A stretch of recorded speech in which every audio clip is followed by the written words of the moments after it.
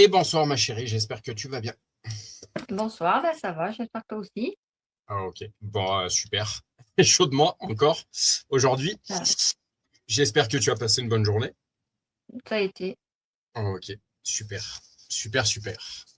Je te laisse dans un premier temps ton temps de prière et puis ensuite les reines du live Réveil chrétien en Auvergne. Je t'en prie. Vas-y. Eh ben, merci Seigneur Jésus-Christ pour cette connexion, pour le premier mardi du mois d'août. Et je te remets donc ce live animalier, si je puis dire. Biblique animalier, animalier biblique. Entre tes mains, Seigneur, que tout échange soit dans le respect de la parole des uns des autres, dans ton amour, Seigneur, que tu aies la main sur ce live, ta bénédiction, ta protection également, et que tu puisses nous éclairer de ta parole concernant les sujets, les diverses choses sur lesquelles nous allons échanger. Je te remercie pour cette journée qui vient de passer et je te remercie à l'avance pour toutes les prochaines qui auront lieu, puisqu'il y en aura d'autres, Seigneur. On a eu donc 3 abonnés de plus, hier. On va leur faire un petit, coucou également, en leur, souhaitant bienvenue, sur, la chaîne YouTube Réveil, chrétien en Auvergne et en leur, promettant de recevoir des beaux et grands enseignements de ta part, Seigneur, puisque tu as tant de choses à nous dire. Je vais laisser la place à la prière à mon chéri et que, bah, cette fin de journée, soit bénie pour tous. Amen. Amen, amen. Eh bien, Seigneur Jésus, merci pour cette connexion supplémentaire que tu permets avec Esther à mes côtés. Voilà, donc un live qui sera effectivement très animalier parce que Réveil chrétien en Auvergne est particulièrement tourné vers le milieu rural, le milieu agricole. Donc ouais, un live animalier. Vous allez apprendre énormément de choses. Voilà, on minimise les bêtes, les animaux. Et je voudrais me repentir, Seigneur, parce que de mon côté, j'ai pas toujours estimé les animaux à leur juste hauteur. Et aujourd'hui, je retourne avec mes vaches et je suis très heureux, Seigneur, que tu me donnes cette nouvelle opportunité avec énormément de touristes cet après-midi. Donc, l'opportunité d'être maître de cérémonie au milieu des vaches, comme je disais à ce patron des pompes funèbres qui m'emploie en tant que maître de cérémonie funéraire. Donc, merci, Seigneur, parce que quand on marche avec toi, tu as un plan parfait de bonheur, de joie, de réussite pour nous. Voilà. Je remets nos couples, nos familles, chacun de tes enfants entre tes mains, Seigneur Jésus. Voilà. Que ce live soit guidé par tes fruits de l'esprit, amour, bonté, tempérance, patience, etc. Merci pour ce frère que tu m'as donné également. Je lui fais un clin d'œil. Il entendra cette vidéo par la suite, certainement. Manu, je te fais un gros clin d'œil et je te dis, je t'aime en Christ et merci pour tous les apports que tu m'apportes parce que j'avance énormément avec toi. J'ai énormément médité ce week-end. Sur comment apporter ta vérité, Seigneur, sur comment évangéliser toutes ces âmes que tu n'as pas encore gagnées, sur comment être des outils fonctionnels pour toi. Et donne-nous d'être des témoins de ton nom, des phares de lumière dans ce monde de ténèbres. Dans le nom de Jésus, j'ai prié. Amen et Amen. Est-ce que du coup, mon cœur, tu as un témoignage à apporter pour ce soir? Ouais, alors le témoignage sera très court parce que j'ai quelque chose de vraiment complet ce soir à apporter. Je pense que ma Mimine également, tu vas apprendre énormément de choses passionnantes. Toi qui es également plus une rurale qu'une citadine, C'est le je crayon. pense qu'effectivement, super. Tu vas apprendre énormément de choses qui vont être également passionnantes en ce qui te concerne. On se retrouve tous les deux sur un point commun, qui est notre patrimoine, qui est notre nature, qui est notre Auvergne.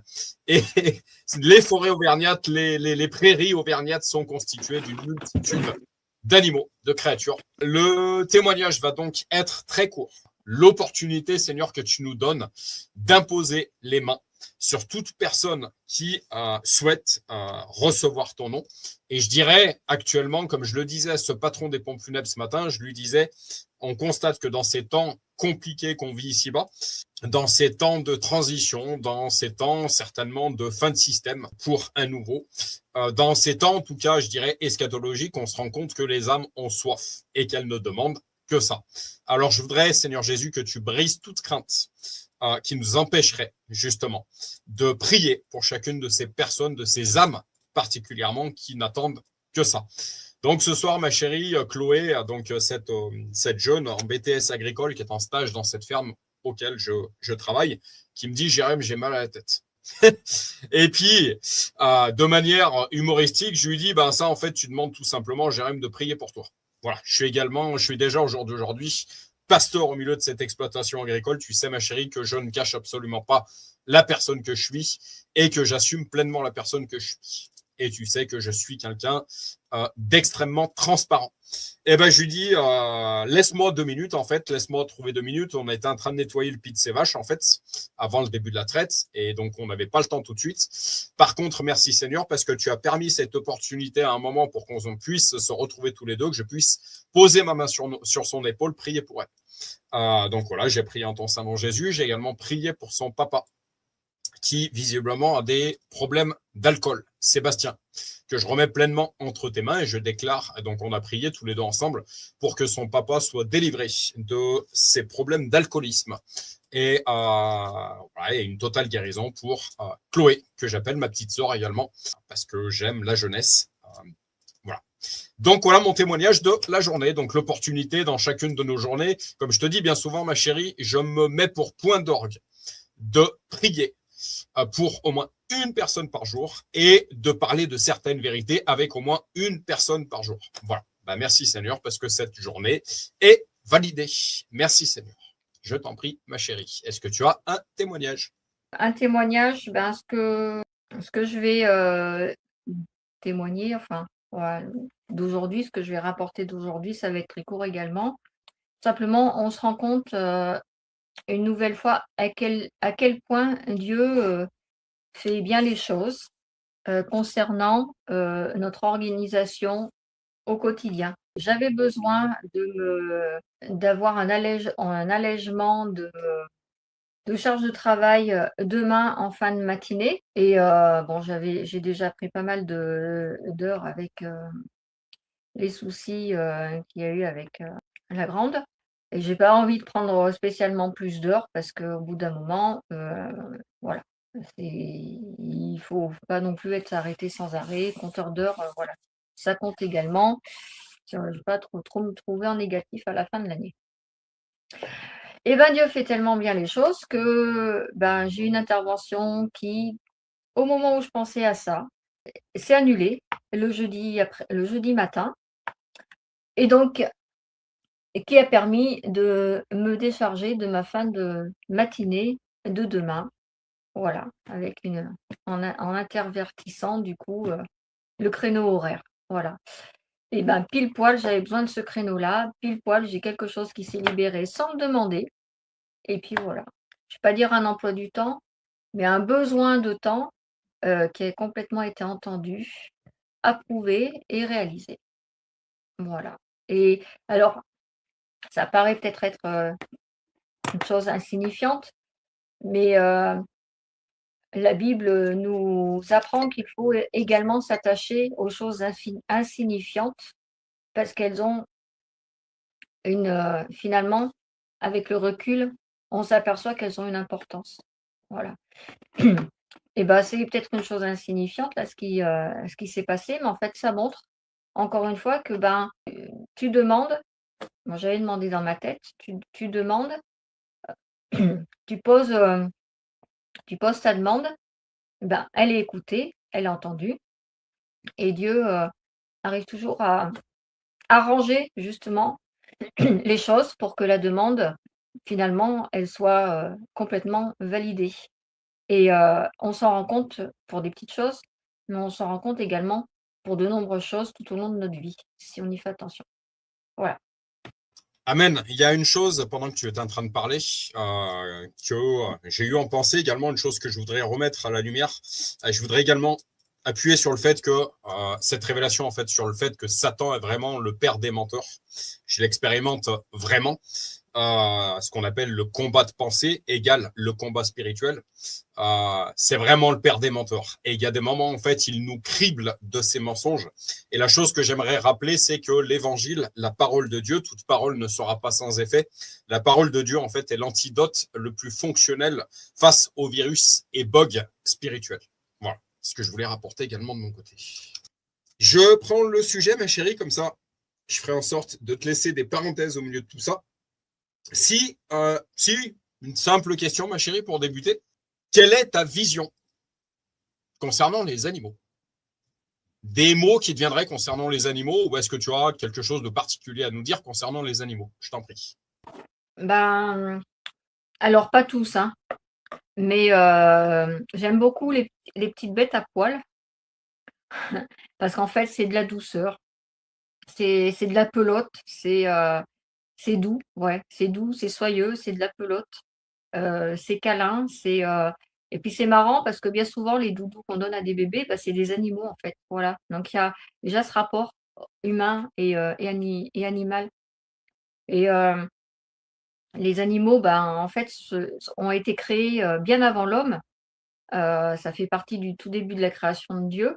Donc ça montre également qu'ils ont une importance finalement, dans la création, façon de faire, de câliner, de se déplacer et ben, en fait, ils ont tout à fait, des façons de s'exprimer, en fait, voilà. C'est donc quelque part, c'est pas juste: «Allez hop, je prends, un chien, un chat, je le pose là, c'est joli, ça m'aide à aller promener», mais il y a quelque chose qui va au-delà et comme je disais, on n'est pas encore, scientifiquement parlant, vraiment au courant et de savoir qu'est-ce qu'ils peuvent faire jusqu'où, en fait, leur cerveau leur permet de pouvoir faire des choses, d'interagir. Mais on se rend compte que déjà c'est énorme, ce qu'ils peuvent faire. Quand on regarde une maman, je sais pas, bah, j'avais vu l'autre fois une émission avec une maman, une jument et son poulain et elle l'encourageait à se lever, à se mettre debout, à voilà, enfin on voit qu'ils sont doués, qui sont empreints de douceur, d'amour aussi. Voilà. Donc c'est vrai que quelque part, ils nous ressemblent. Après on dit que les hommes sont des animaux. On fait partie de l'espèce animale en quelque sorte. On est un mammifère. L'espèce humaine est un mammifère, tout comme, la vache, le cheval ou le singe, hein, voilà. Mais quelque part, c'est vrai il y a beaucoup de choses en fait qui peuvent nous réunir. Voilà. Et en fait, deuxième chose, c'est quand on voit la beauté de la création, toutes les créatures, tous les animaux qui ont été faits par, Dieu, on en mesure là encore, le pouvoir qu'il a quoi, la puissance qu'il a. Parce que tout est beau, tout est, voilà, c'est merveilleux de les voir se déplacer, de les voir, agir entre eux, de les voir tout court, voilà, parce que c'est beau, voilà. Après, je rechignerai un petit peu plus sur d'autres bêtes, comme les serpents, les araignées, les choses comme ça. Mais quelque part, ils ont leur place aussi. Voilà, on ne peut pas nier, ça fait partie de voilà, chaque espèce a sa place, autant l'homme que l'animal. Voilà et Dieu a été bon parce qu'il nous a donné les animaux également. Bon, c'est un peu le côté un peu plus, sombre, on va dire, de la chose, mais il nous a donné les animaux aussi pour qu'on puisse vivre grâce à eux et par eux. Voilà. Donc ouais, ils ont toute leur place. Alors tout à l'heure, tu me parlais de conscience. Tu verras que ce soir, tu vas apprendre énormément de choses. J'ai découvert par le travail de recherche que j'ai fait, par le travail d'écriture que j'ai fait, je ne pensais pas que ça allait aussi loin que ça. Donc je vais débuter en fait. Pourquoi j'ai voulu faire ce live donc tu sais, ma mimine, ma chérie, que j'ai remis les bottes agricoles 25 heures par semaine dans une exploitation agricole voilà, productrice de Saint-Nectaire. Donc les races de vaches, Abondance, Montbéliarde pour 3/4, Primolstein, Brune des Alpes, Jersienne, qui sont de très petites vaches qui font peu de lait, mais qui font un lait qui finalement est rempli de protéines et qui permet, la diversité de ce troupeau justement permet d'avoir un lait qui soit de qualité.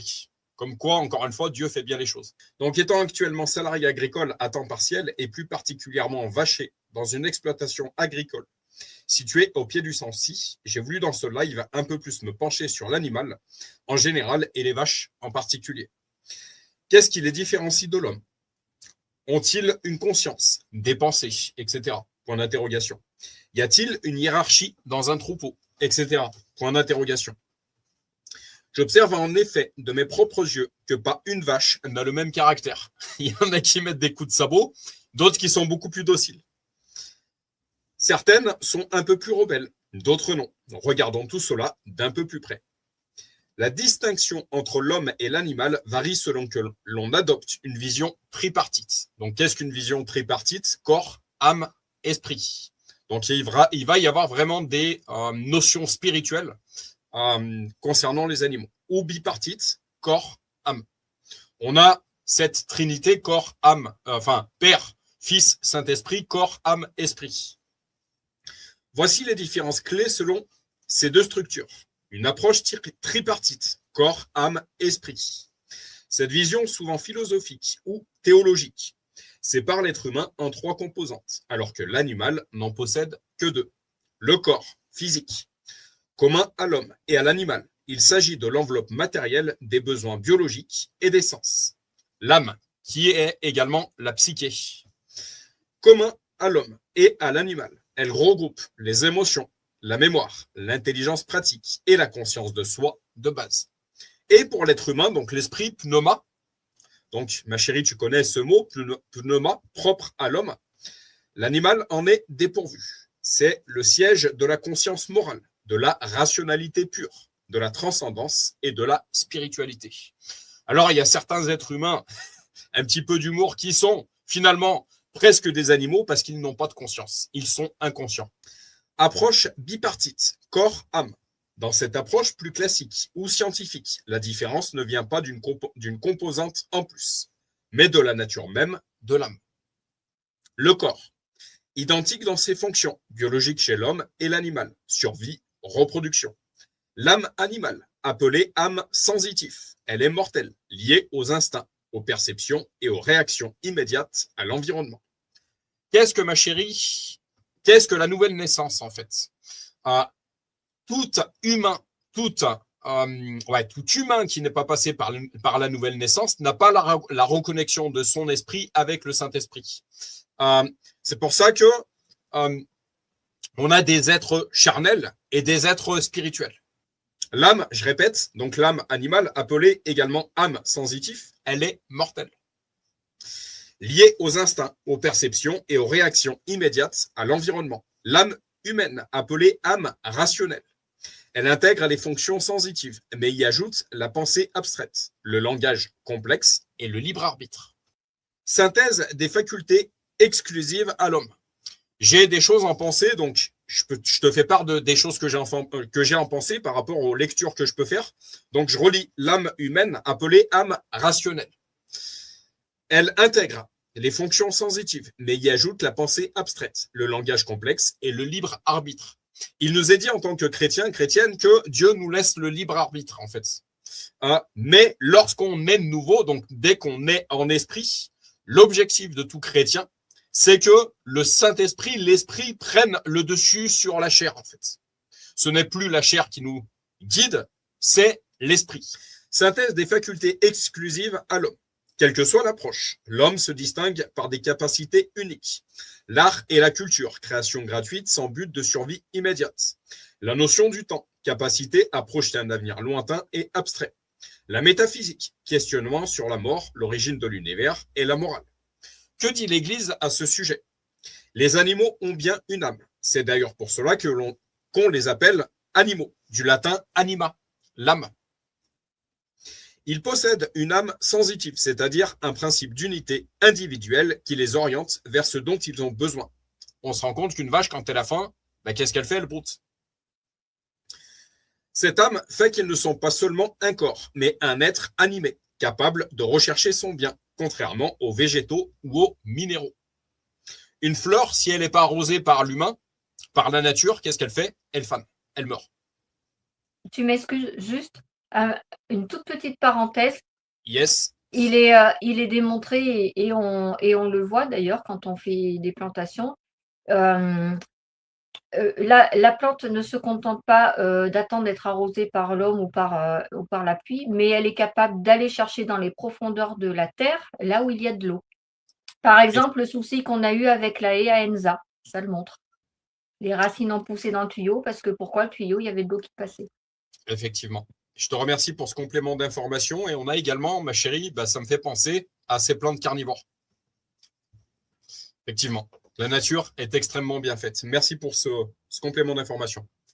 Donc, les animaux, ils possèdent une âme sensitive, c'est-à-dire un principe d'unité individuelle qui les oriente vers ce dont ils ont besoin. Cette âme fait qu'ils ne sont pas seulement un corps, mais un être animé, capable de rechercher son bien, contrairement aux végétaux ou aux minéraux. Donc, merci pour ce complément d'information, je l'avais lu ça déjà. Cependant, une différence essentielle existe entre l'animal et l'homme. L'homme est doté d'une âme spirituelle qui ne se limite pas au mouvement ou au choix immédiat.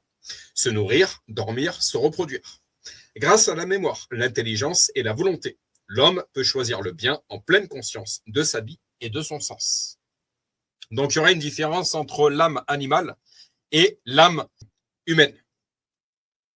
Cela rend-il l'homme supérieur au point que les animaux ne comptent pas? Non, la Bible nous enseigne que l'homme a reçu la charge de la nature et des animaux, qui sont en quelque sorte ses semblables. Il est appelé à être le berger de la création, à protéger les plus faibles. Cette dignité particulière donnée par Dieu ne nous éloigne pas des animaux. Elle nous rend capables de les respecter, de prendre soin d'eux et d'achever la création dans un esprit de responsabilité. Qu'est-ce que l'éthologie? L'éthologie est l'étude scientifique du comportement des espèces animales, y compris l'humain, dans leur milieu naturel ou dans un environnement expérimental. Issu des mots grecs ethos, qui veut dire mœurs, et logos, qui veut dire science. Cette branche de la biologie s'appuie sur des méthodes rigoureuses d'observation et de quantification. Pour comprendre un comportement, l'éthologie s'articule autour des 4 questions du biologiste Nicolas Tinbergen. Vous m'excuserez pour l'accent. La cause immédiate. Quels stimuli déclenchent le comportement? Le développement. Ontogénèse. Comment le comportement évolue-t-il au cours de la vie de l'animal? La fonction. Valeur adaptative. En quoi ce comportement aide-t-il l'animal à survivre ou se reproduire? L'évolution. Phylogénèse. Comment ce comportement est-il apparu dans l'histoire de l'espèce? Méthodologie et distinction. L'éthogramme. Les chercheurs créent une liste précise et objective de tous les comportements d'une espèce. L'environnement. L'étude se fait via l'observation directe sur le terrain ou par des tests contrôlés en laboratoire.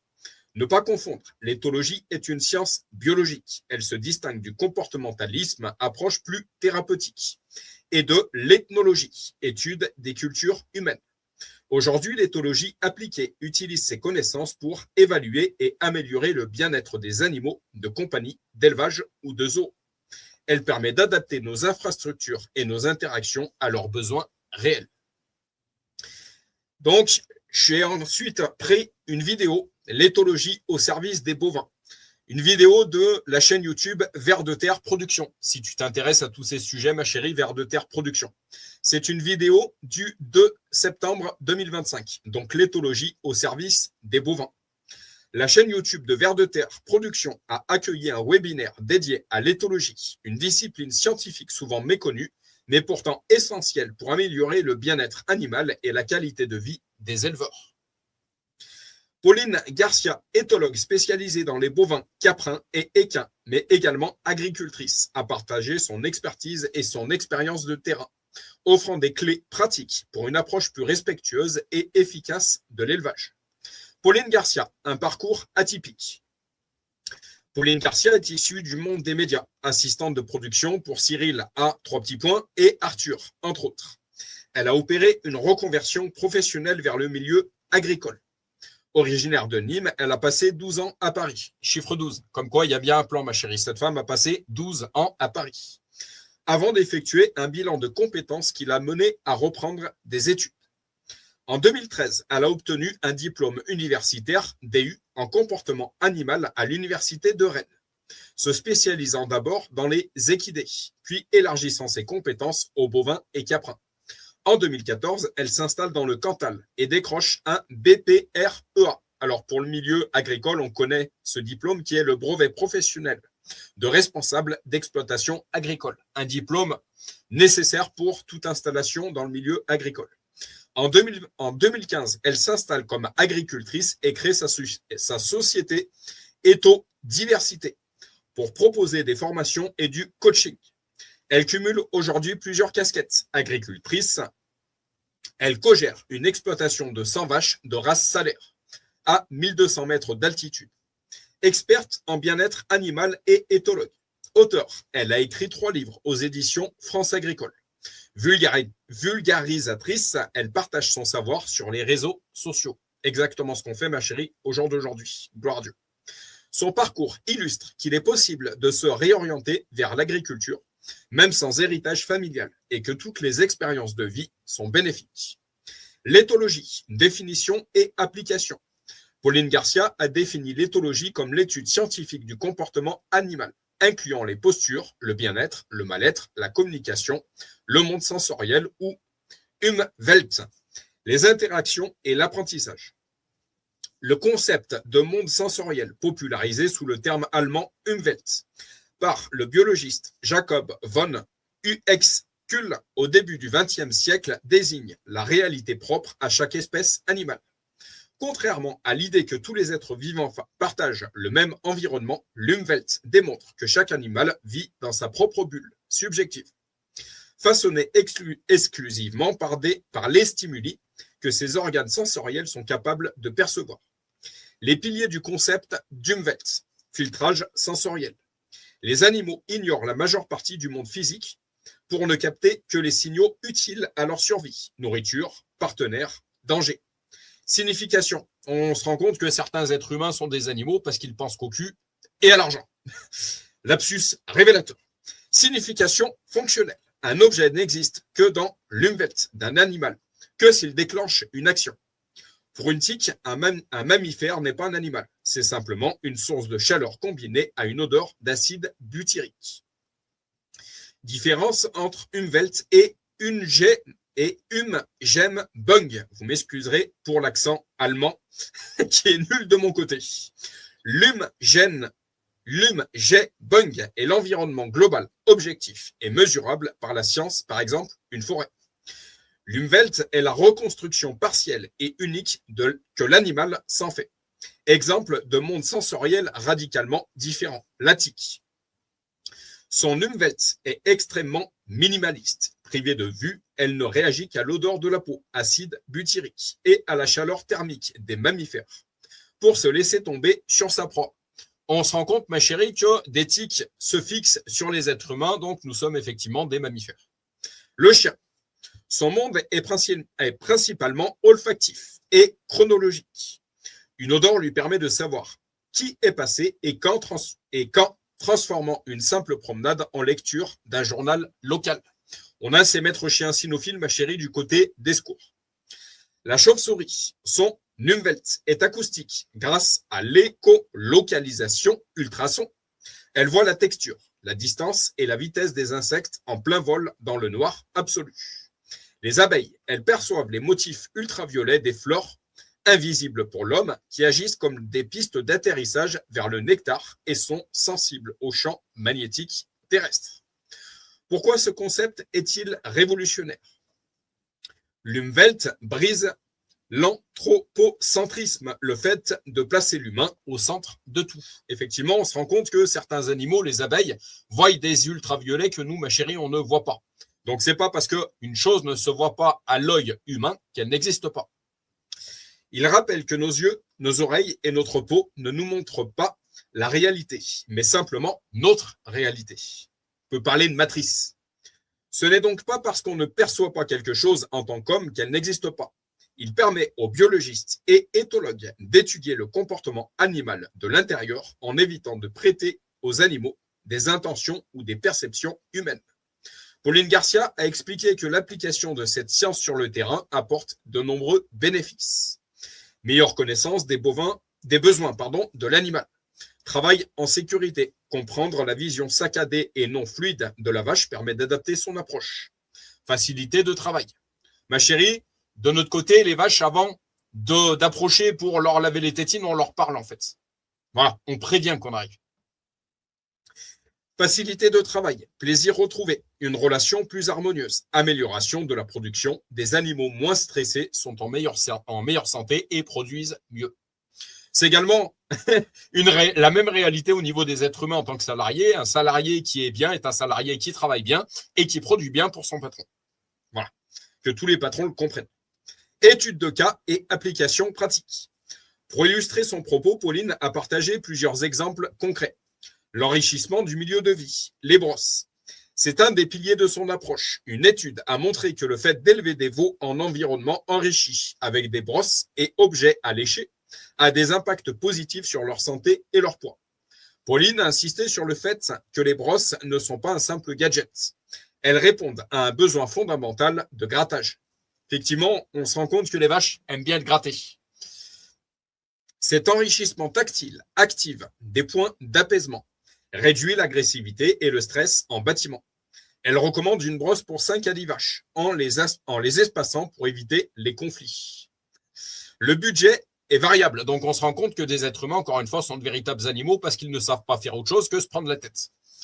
Le budget est variable, environ 1 500 € pour une brosse fixe, jusqu'à 3 000 € pour une brosse rotative motorisée. Observez le budget temps des animaux. Une autre étude comparative entre les animaux en bâtiment et ceux au pâturage révèle qu'en bâtiment, les relations sociales et les déplacements sont amplifiés, traduisant une pression sociale plus forte. Il y a une pression sociale également dans les troupeaux. C'est la raison pour laquelle l'enrichissement, comme les brosses, est crucial pour apaiser le groupe. Les méthodes de Pauline dans sa ferme. Soins sans contention. Elle applique un produit répulsif sur une trentaine de génisses en pâturage. Sol sans contention et en seulement un quart d'heure. Ces animaux restent calmes, certains ruminent même pendant le soin. Elle souligne l'importance de porter des vêtements de couleur sombre. Le blanc est angoissant pour les bovins et d'avoir instauré un code relationnel où les animaux ne réclament pas l'attention de manière excessive. Éducation en liberté. Elle a démontré l'apprentissage du licol. Elle procède par désensibilisation progressive, fragmentant l'exercice en plusieurs étapes et récompensant chaque progrès. La récompense, autant pour l'animal que pour l'être humain, elle est importante. Être payé à sa juste valeur. Elle insiste sur l'importance de ne pas brûler les étapes et d'adapter sa vitesse à l'animal. Nos jeunes, quand ils débutent dans le milieu professionnel, ils ont besoin d'être encouragés. La clé de la réussite, la relation humaine-animale. Pauline affirme que les pratiques éthologiques permettent de rapporter du mieux-être pour tous. Les éleveurs veulent bien faire, mais sont parfois freinés par des habitudes ou des croyances. Observer davantage l'animal avec des connaissances éthologiques permet de gagner en sécurité, en temps et en qualité de travail. Un animal moins stressé a moins de problèmes de santé, ce qui diminue la charge mentale de l'éleveur. Question-réponse. Quels sont les principaux freins à la mise en place de l'éthologie dans les élevages? Ce sont principalement les croyances et les habitudes. L'humain est routinier et a du mal à sortir de sa zone de confort. Cependant, une démonstration pratique sur les animaux est souvent la meilleure des preuves et permet de convaincre rapidement. Combien de temps faut-il investir pour obtenir des résultats? L'idée de recette magique est illusoire. Pauline propose un protocole de travail de 15 minutes par jour pendant une semaine, à partir du sevrage, 8-9 mois, qui est la période la plus propice pour un apprentissage durable. L'éleveur qui investit ce temps au début rattrapera ce temps plus tard, en ayant des animaux plus faciles à manipuler. Donc encore une fois, de manière biblique, tout ce qu'on sème, tôt ou tard, on le récolte. Le temps est un investissement, non une perte. L'enrichissement éthologique est-il possible et pertinent en bâtiment sans accès au pâturage? Absolument. L'image de la vache heureuse au pâturage est parfois idéalisée. En période de forte chaleur, un bâtiment frais et ombragé peut offrir un confort supérieur. L'essentiel est de laisser le choix à l'animal et de l'écouter. Pauline précise que les contraintes peuvent être liées à l'installation d'ombrage, coût, clôture, mais que laisser les animaux choisir entre l'intérieur et l'extérieur reste une solution de luxe. Donc chaque bâtiment agricole est différent et ma chérie, tu sais que j'ai des études agricoles, j'ai fait de nombreux stages dans différents endroits de France. Donc j'ai observé tous ces bâtiments d'élevage et effectivement, j'ai connu des bâtiments où les vaches avaient libre choix de rentrer dans le bâtiment ou de laisser ou de rester en pâturage. Et je constatais effectivement qu'en cas de soleil persistant, les vaches rentraient se mettre à l'abri, en fait, rentraient se mettre à l'ombre. Voilà. Il y a certains bâtiments agricoles, malheureusement, ce n'est pas le cas. Y a-t-il des difficultés spécifiques à l'application de ces pratiques en élevage laitier vs élevage allaitant? Donc, pour toutes les personnes qui entendront la vidéo qui n'ont aucune notion agricole, un élevage laitier est un élevage de bovins dont la production est du lait. Un élevage allaitant, la production, c'est de la viande. Donc, vache laitière, je dirais Primolstein, vache allaitante, je dirais Charloise. Voilà. Peu importe le type d'élevage, l'enrichissement éthologique et le relationnel sont bénéfiques. Le relationnel est bénéfique, pas que dans le couple, ma chérie, également dans les troupeaux. L'élevage, nous sommes des êtres sociaux. Les animaux aussi. L'élevage laitier, avec des manipulations plus fréquentes, peut même bénéficier d'animaux plus confiants. Quant aux animaux qui passent peu de temps dans l'exploitation, il est tout aussi essentiel de leur apporter du bien-être et des pratiques positives. Le temps investi est toujours rentabilisé. Alors, en ce qui me concerne, j'ai de nombreux touristes qui viennent dans cette ferme dans laquelle je suis. Ma chérie, tu connais bien. Tu connais bien la disposition du bâtiment. Et beaucoup de touristes me disent, mais c'est un ancien système, etc., etc. C'est vrai que la traite, le bâtiment dans lequel on travaille, c'est un ancien système. C'est vrai. Mais il y a des anciens systèmes qui sont très bien. Il y a des vieilles méthodes qui sont très bien. Je pense que même on a besoin de revenir à des méthodes ancestrales qui finalement étaient beaucoup plus fonctionnelles que toutes ces nouvelles, enfin que certaines nouveaux procédés, nouvelles technologies aujourd'hui. Et ce que je réponds à ces touristes, alors oui, on va peut-être mettre un peu plus de temps pour la traite, mais une chose que j'aime par-dessus tout dans cette exploitation agricole, c'est que matin et soir, nos vaches, en fait, on les prend par le cou parce qu'en fait, on doit les attacher. Donc, en fait, tous les matins, tous les soirs, nos vaches, on leur fait un câlin, en quelque sorte. C'est-à-dire qu'on a du contact avec nos vaches. Le petit barbu brun qui arrive dans la ferme, au bout d'un moment, les vaches, elles savent qui c'est, en fait. On a également constaté que quand il y a des changements réguliers, il y a des nouvelles personnes qui viennent travailler dans l'exploitation, et ben les vaches, il leur faut un certain temps d'adaptation. Et lapsus révélateur, je disais ces derniers temps, des vaches qui levaient un peu la patte, je leur disais en fait, elles font tout simplement connaissance avec Jérém. Voilà. Conclusion. Les éleveurs sont encouragés à explorer l'éthologie comme un levier de performance et de bien-être. Le bien-être animal est aujourd'hui une priorité majeure pour une grande majorité d'éleveurs français qui intègrent cette démarche non seulement par obligation légale, mais aussi par conviction professionnelle et éthique. Loin des clichés de l'élevage industriel intensif, de nombreux professionnels s'engagent quotidiennement pour offrir les meilleures conditions de vie possibles à leurs bêtes. Les 5 libertés fondamentales en élevage. Donc, il y a des lois par rapport aux animaux également. Peu de personnes le savent, mais je vais vous apporter cette information. Donc, les 5 libertés fondamentales en élevage. Les éleveurs soucieux du bien-être s'appuient sur les principes de l'Organisation mondiale de la santé animale. Donc, il y a une Organisation mondiale de la santé animale. Voilà. Je vais faire plaisir à ma tante Marilyn, ma chérie, tu me feras penser de lui envoyer cette vidéo. Donc, il y a une défense envers les animaux également.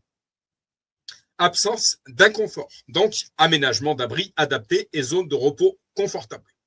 Absence de faim et de soif, accès à une eau propre et une alimentation équilibrée.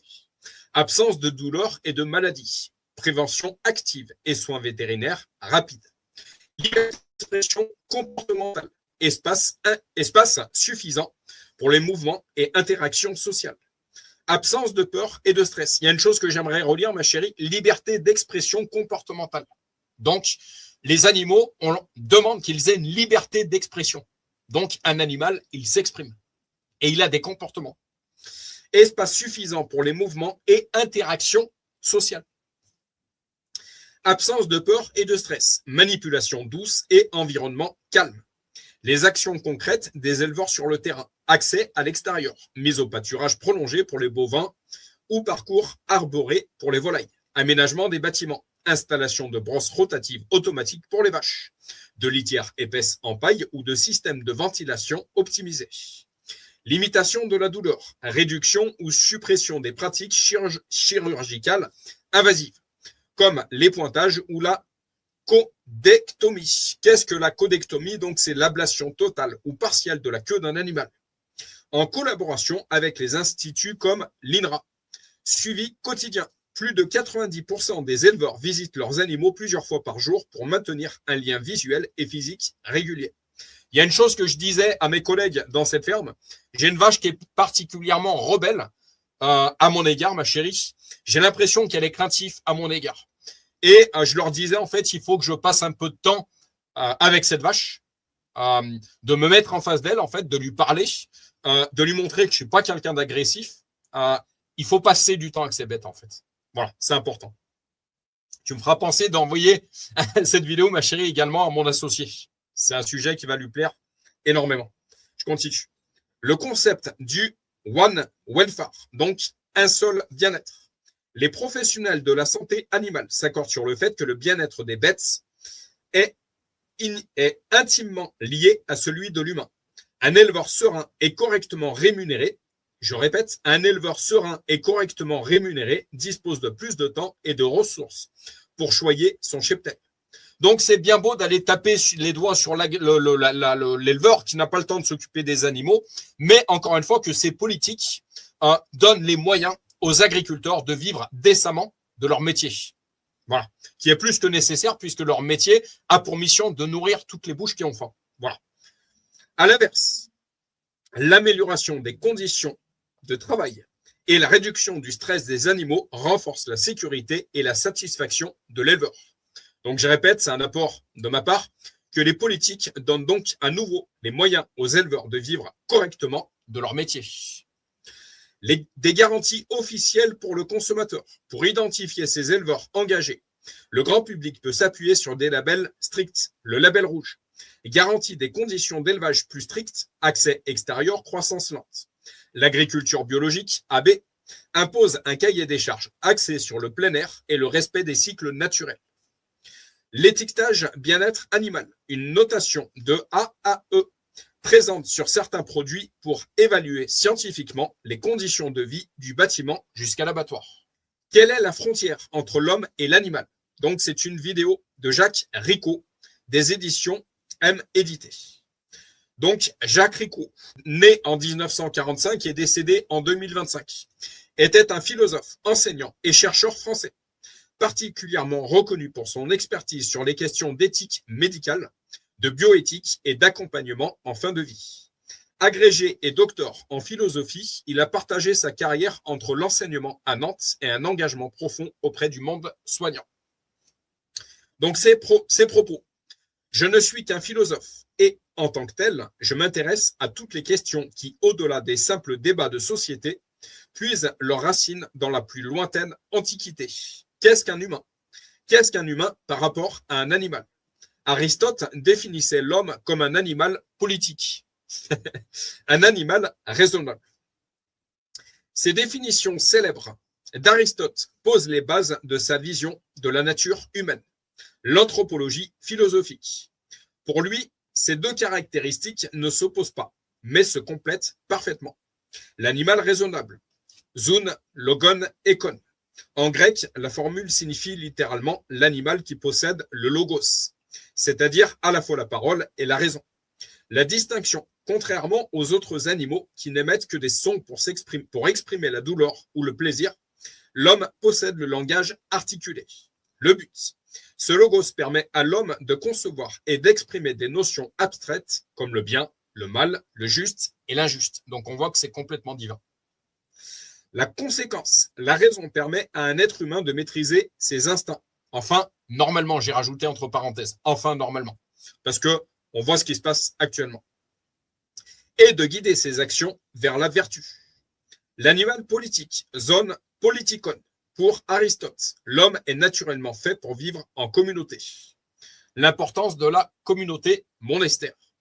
Plus précisément dans le cadre de la police, la cité-État. L'accomplissement. L'homme ne peut pas réaliser son potentiel en vivant totalement isolé.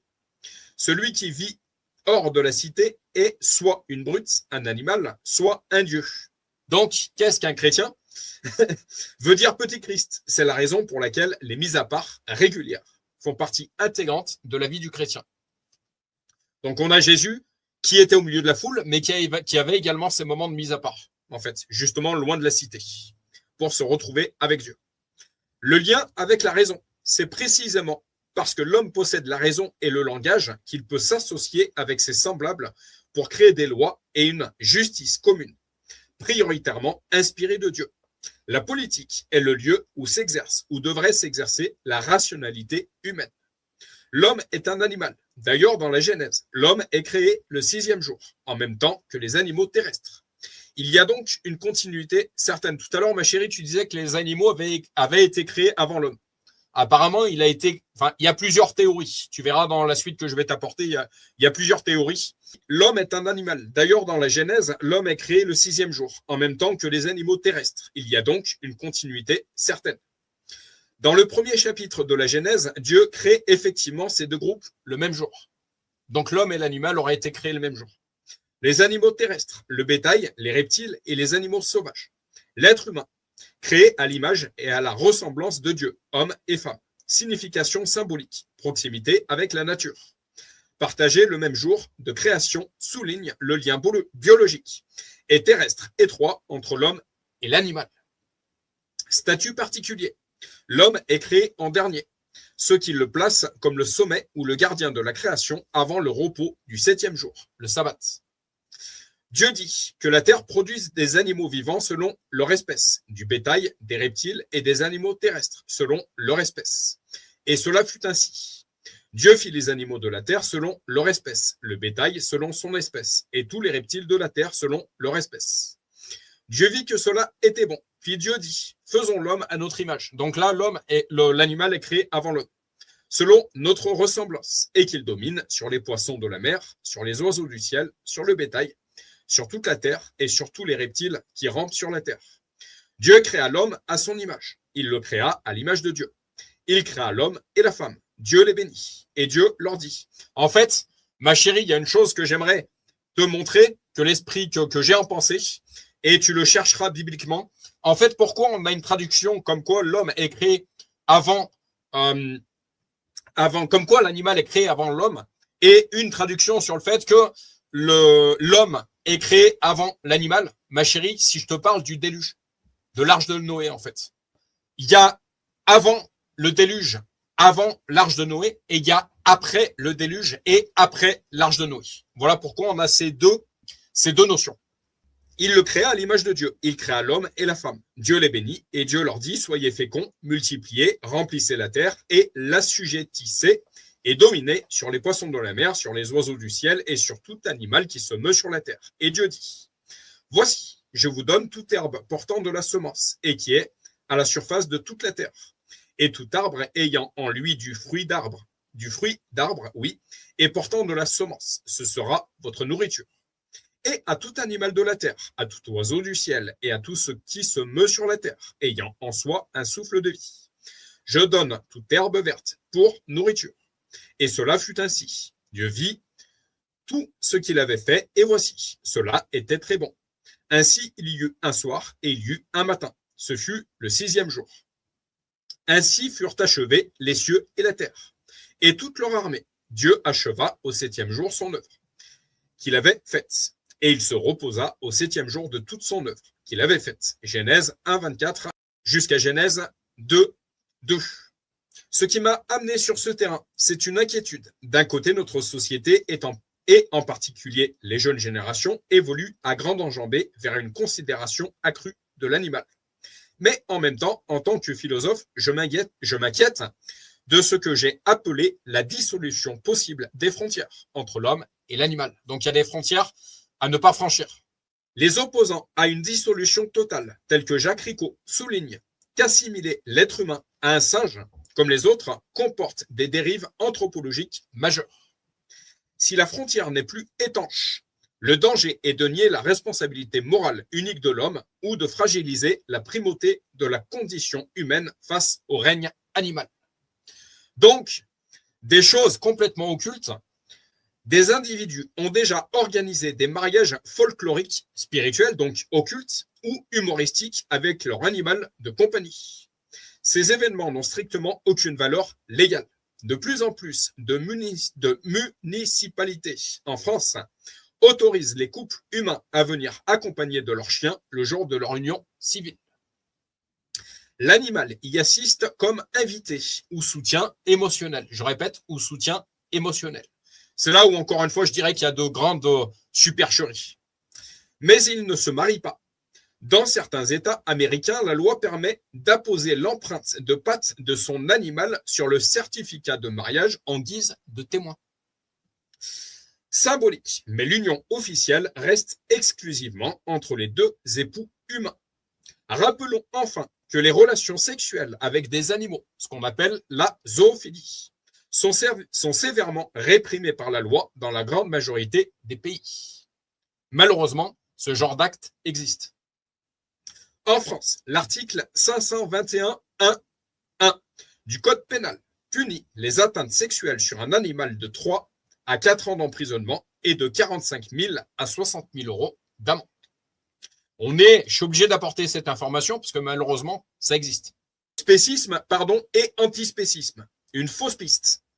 Deux termes sont aujourd'hui au cœur du débat spéciste et antispéciste, avec cette idée que l'homme ne serait qu'un animal comme les autres.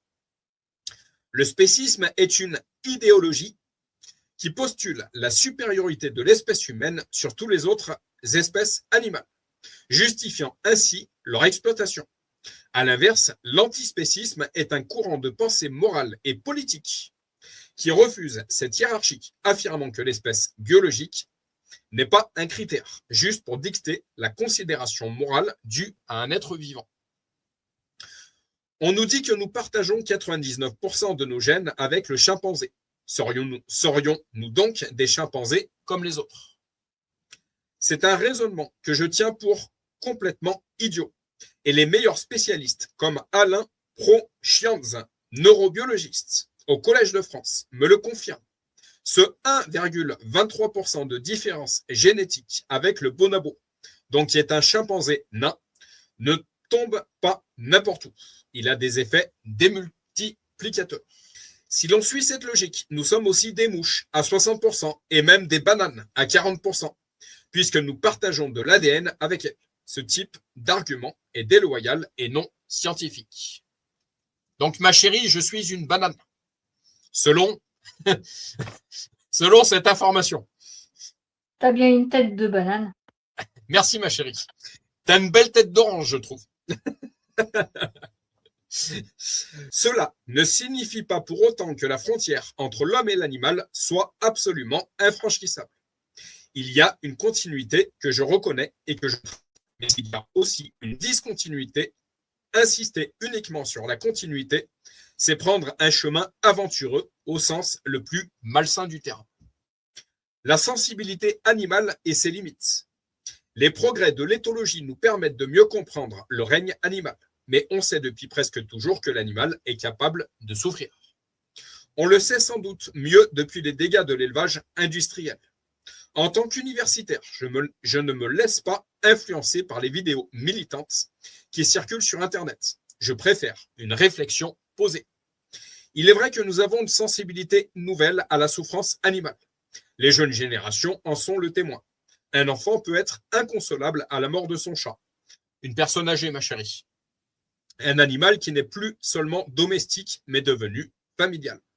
Au point de dormir dans la chambre de ses maîtres. Ce qui était impensable il y a encore quelques décennies. Encore une fois, toute chose doit être à sa place et tout est question d'équilibre. Cependant, il faut savoir mettre des limites. S'agit-il de tous les animaux ou seulement de ceux qui nous sont proches, comme les mammifères? Qu'en est-il de l'huître ou de l'éponge? Il faut une graduation, donc différents grades. Cette sensibilité a des conséquences indirectes, notamment sur la perception des éleveurs, trop souvent considérés comme des brutes. La vraie question est de savoir si nous vivons la souffrance animale sur le même modèle que la souffrance humaine. Sur ce point, je dis il ne faut pas aller trop loin. Peter Singer est la déconsidération de l'humain. J'en veux un peu à Peter Singer, ce philosophe australien qui a popularisé le terme spécisme. Il est parti sur des bases que je trouve malsaines, en considérant que certains humains diminués, handicapés, personnes séniles, sont dans son vocabulaire des non-personnes et que nous devrions plus de considération morale à des personnes animales, entre guillemets. Ça fait complètement lien, ma chérie, avec cette loi concernant l'euthanasie qui vient d'être votée. C'est là un enjeu auquel le philosophe ne peut rester insensible. La frontière, la responsabilité et le langage. Où se situe la frontière? Pour moi, elle se trouve dans la notion de responsabilité. L'homme est un être capable de mal faire et de bien faire. Il entre de plein pied dans la moralité. L'animal n'est pas responsable. L'homme est responsable de l'animal. Certains, comme les Canadiens, Tim Lika et Donaldson, tentent d'abolir cette frontière en attribuant des responsabilités aux animaux. Mais je crois que c'est un grand risque. Plus concrètement, il y a au moins deux choses que l'animal ne possède pas en propre. Le langage. L'animal a des systèmes de signalisation, mais il ne peut égaler l'infinité de créations qu'un humain produit à partir de quelques dizaines de sons. La raison. L'intelligence n'est pas la raison. Certains animaux sont plus malins que nous, dans certaines situations, mais je ne vois pas un animal capable d'envoyer des fusées dans l'espace ou d'inventer des machines complexes. La capacité à vivre en très grands groupes et à occuper n'importe quel espace de la planète. Il y a toujours chez l'animal une ébauche de ce que l'humain accomplit, mais ce n'est qu'une ébauche. Notre responsabilité vis-à-vis des animaux. Notre responsabilité est de les considérer avec bientraitance, mais non comme nos égaux. Il faut retrouver un vivre avec l'animal que nous avons perdu avec une production excessive. Mais cette révolution ne sera possible que si nous, consommateurs, acceptons d'augmenter la part de notre budget dédié à une nourriture de qualité, afin de ne plus infliger de préjudice aux animaux. Le parti animaliste, un symptôme démocratique. L'émergence d'un parti animaliste aux élections présidentielles est un symptôme. Plus d'un Français sur 5 est prêt à voter pour cette cause. Cela signifie qu'il y a une question animale qui se pose, qui dépasse la simple bientraitance et interroge le statut même de l'animal. Cependant, une élection présidentielle doit porter une réflexion globale. Instrumentaliser cette élection pour une cause unique est à mon sens malsain pour la démocratie. On ne peut pas avoir un candidat pour les automobilistes, un autre pour les animalistes. La démocratie a besoin d'une vision d'ensemble. Intelligence et taille du cerveau. Pour terminer, l'intelligence est-elle corrélée à la taille du cerveau? Ce qui impliquerait que les dauphins sont plus intelligents que les humains. La réponse est non. Ce sont la complexité de notre organisation neuronale et de nos synapses qui déterminent nos capacités intellectuelles, pas le volume. Il ne faut pas corréler les choses de cette façon, pour des raisons évidentes, et pour ne pas avoir d'ennui avec mesdames, dont le cerveau est légèrement moins volumineux que celui des hommes. Donc un peu d'humour, ma chérie. Prends-le vraiment dans le sens de l'humour. Un peu d'humour et de vérité. Le volume global du cerveau masculin est effectivement supérieur d'environ 10% à celui du cerveau féminin. Mais cette différence anatomique n'a aucun impact sur l'intelligence. Cette variation est principalement une question de proportionnalité physique. Les hommes possédant en moyenne une stature, une masse musculaire et une boîte crânienne plus grande que les femmes, leurs organes, y compris le cerveau, sont proportionnellement plus volumineux. Les neurosciences modernes démontrent que les capacités cognitives dépendent de la structure et non de la taille du cerveau. Une expression que j'aime bien, c'est les femmes sont de Vénus, les hommes sont de Mars. Je suis d'accord. Il y a des moments, le langage est brouillé. Les échanges que l'éleveur peut avoir avec ses vaches. La communication entre un éleveur et ses vaches repose sur une compréhension mutuelle des signaux sensoriels. Je vais bientôt faire une parenthèse, ma chérie. Les vaches sont des animaux routiniers, observateurs et très sensibles à leur environnement. Voici comment s'établissent ces échanges au quotidien. La communication visuelle, la posture. Une vache détendue à la tête basse, une tête haute indique une alerte ou une surprise. La position des oreilles. Des oreilles pointées vers l'avant traduisent l'attention. Des oreilles tombantes signalent la détente ou la maladie. Concernant les oreilles, ma chérie, je ne sais pas si tu as regardé, c'est particulièrement observable chez les chevaux. Où en fait, on voit carrément les oreilles qui tournent en fait. La zone de fuite. L'éleveur utilise l'angle d'approche pour faire avancer ou arrêter un animal sans stress. Le regard. Un contact visuel direct et prolongé peut être perçu comme un défi ou une menace par le bovin. On dit que les yeux sont le reflet de l'âme. Je le vois également chez les animaux, mes chéris. Je t'inviterai à faire l'exercice. La communication sonore, une vocalisation. Le meuglement grave exprime le bien-être ou un appel d'intensité faible. Le meuglement aigu et fort traduit la détresse, la faim ou la séparation. On voit on observe effectivement que quand une vache sent qu'elle part à l'abattoir, elle a un meuglement qui n'est pas le même que d'habitude. La voix de l'éleveur, un ton bas, calme et monotone rassure le troupeau. Les cris aigus provoquent une accélération du rythme cardiaque des vaches. La communication tactile, le léchage, c'est le signe ultime d'affection et de hiérarchie entre vaches. Le contact humain, des caresses sur les zones de prédilection, le garrot, le cou, la base des cornes, imitent le léchage et renforcent le lien de confiance. Les manipulations, des gestes lents et fermes évitent les réactions de sursaut. La communication olfactive, l'odeur du stress. Les vaches captent les phéromones de peur libérés par leurs congénères ou pour un humain stressé.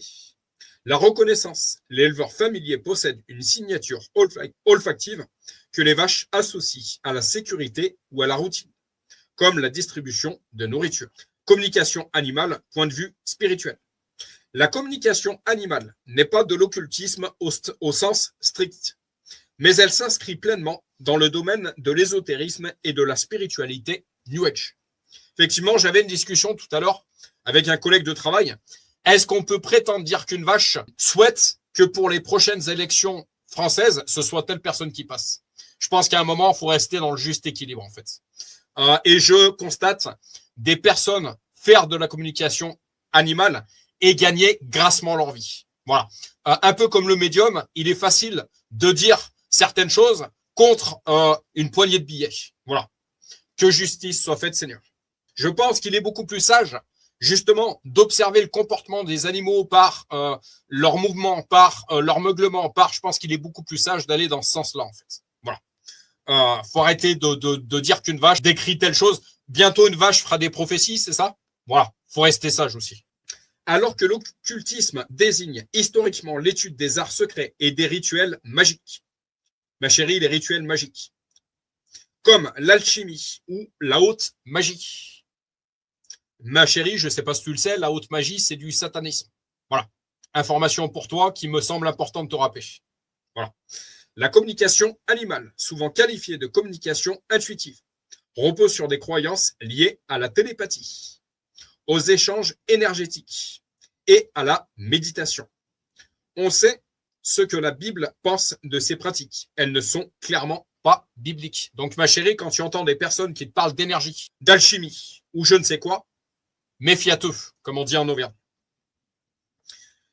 Un ancrage ésotérique et spirituel. Les personnes qui proposent ces services affirment pouvoir se connecter à l'esprit d'un animal, parfois simplement à l'aide d'une photo. Est-ce que ça te fait penser à quelque chose, ma chérie? Moi, ça me fait clairement penser au spiritisme. Pour capter ses pensées, ses émotions ou ses douleurs physiques. Or, on a vu plus haut qu'un animal ne serait composé que d'un corps et d'une âme. Je dirais qu'il n'y a que 3 sortes d'esprits. Le Saint-Esprit, celui de Dieu, l'esprit de l'homme, qui a besoin d'être reconnecté avec le Saint-Esprit, et les mauvais esprits, qui sont, eux, démoniaques. Il n'y a qu'au Saint-Esprit que nous pouvons faire appel. Ma chérie, on a vu dans nos dernières lectures qu'un don n'est pas générationnel. Voilà, il est donné par Dieu. Invoquer d'autres esprits, c'est donc tout simplement invoquer le diable. Toutes ces personnes qui font les tables de Ouija, toutes ces pratiques spirites, etc., et qui pensent invoquer un esprit. Non. Satan est le prince des menteurs. Également, Satan se déguise en prince de lumière, discernement et prudence. Voilà. Ne jouez pas avec ces jeux-là. Les praticiens utilisent un vocabulaire propre à la spiritualité moderne. La télépathie, également, télépathie. Ça fait clairement lien, encore une fois, avec le spiritisme. Télépathie, l'idée qu'un esprit peut émettre et recevoir des images ou des messages sans support physique. L'état modifié de conscience, l'usage de la méditation ou de l'hypnose. Également, concernant l'hypnose, j'ai fait des vidéos sur ces sujets. Par l'hypnose, on est capable de faire n'importe quoi à une personne. Ma chérie, tu as cette personne connue que tu connais bien qui avait été manipulé en tant que poulet. On lui avait fait faire n'importe quoi. Là, c'était sous la forme d'un jeu.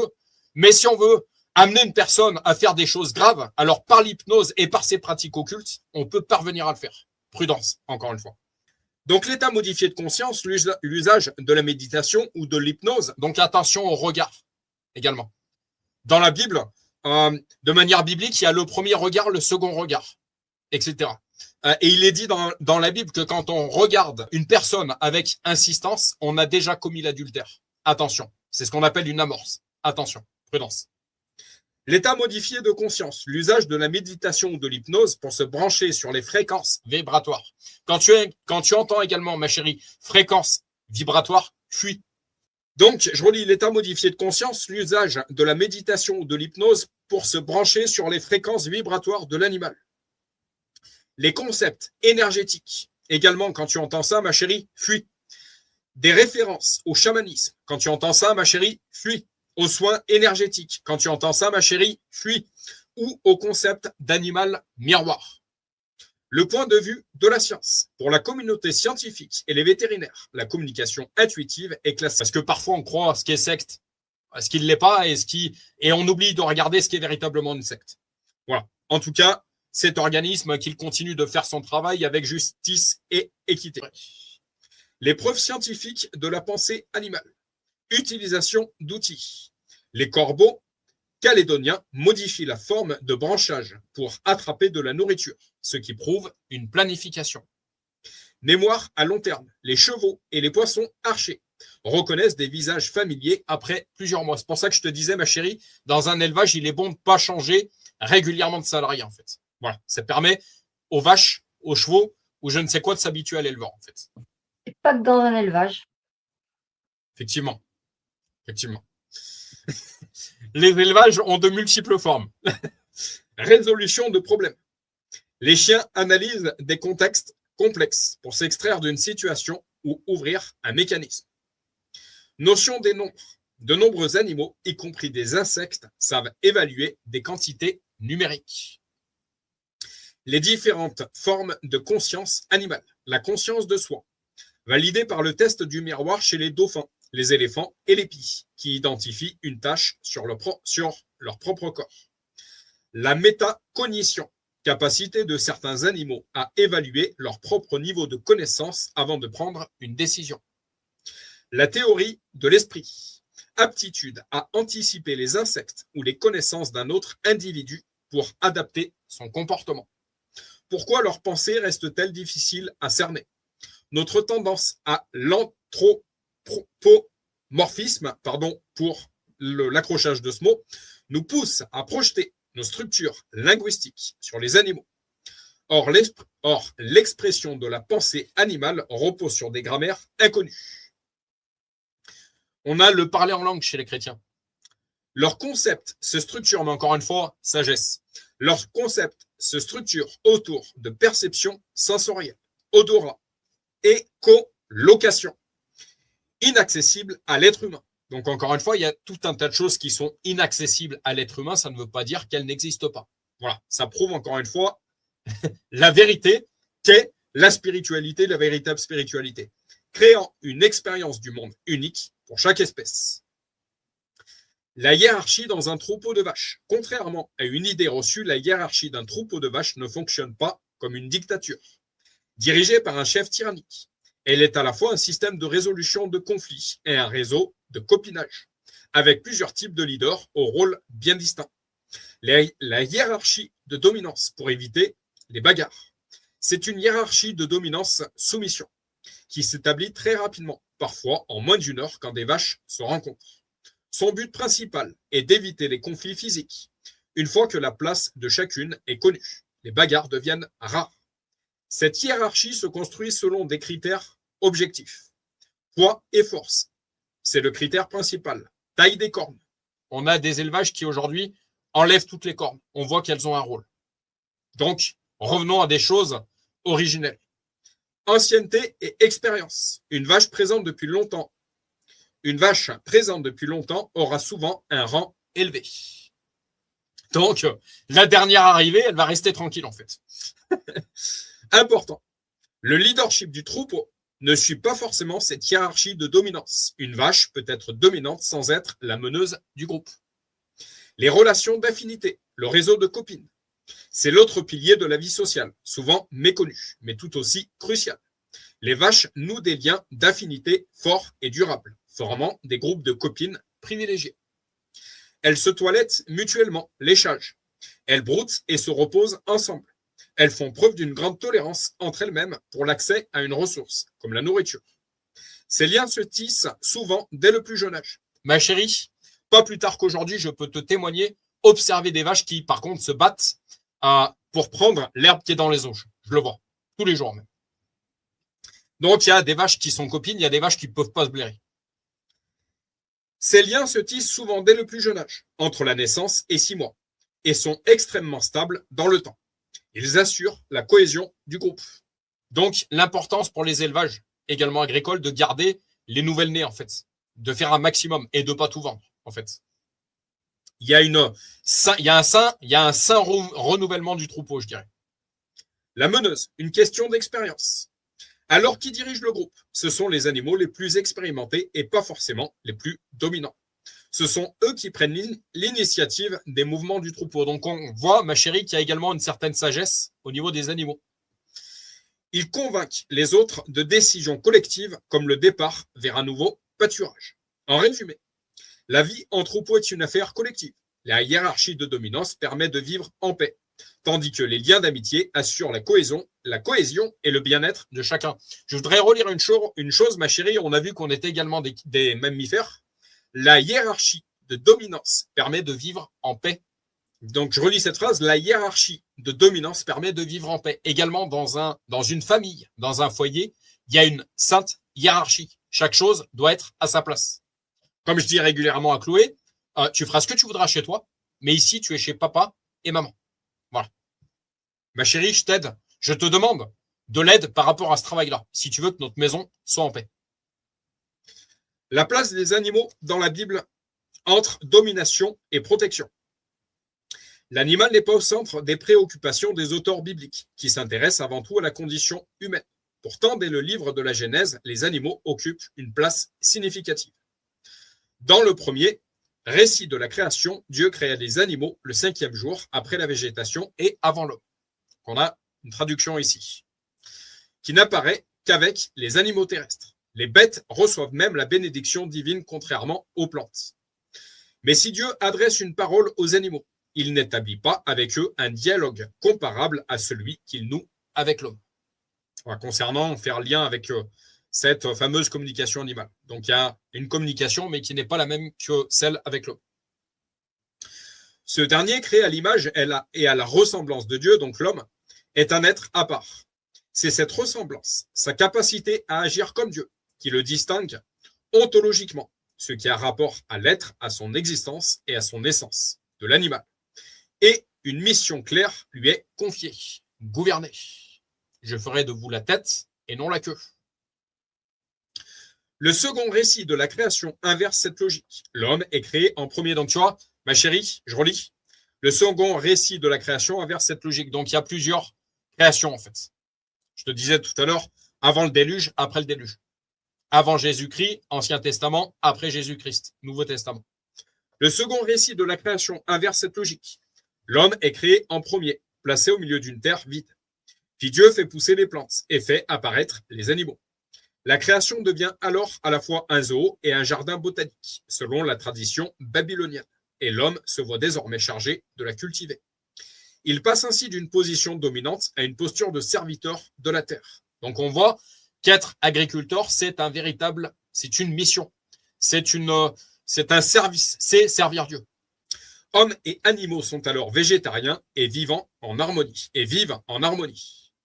Voici les origines des cieux et de la terre, quand ils furent créés, lorsque l'Éternel, Dieu, fit une terre et les cieux.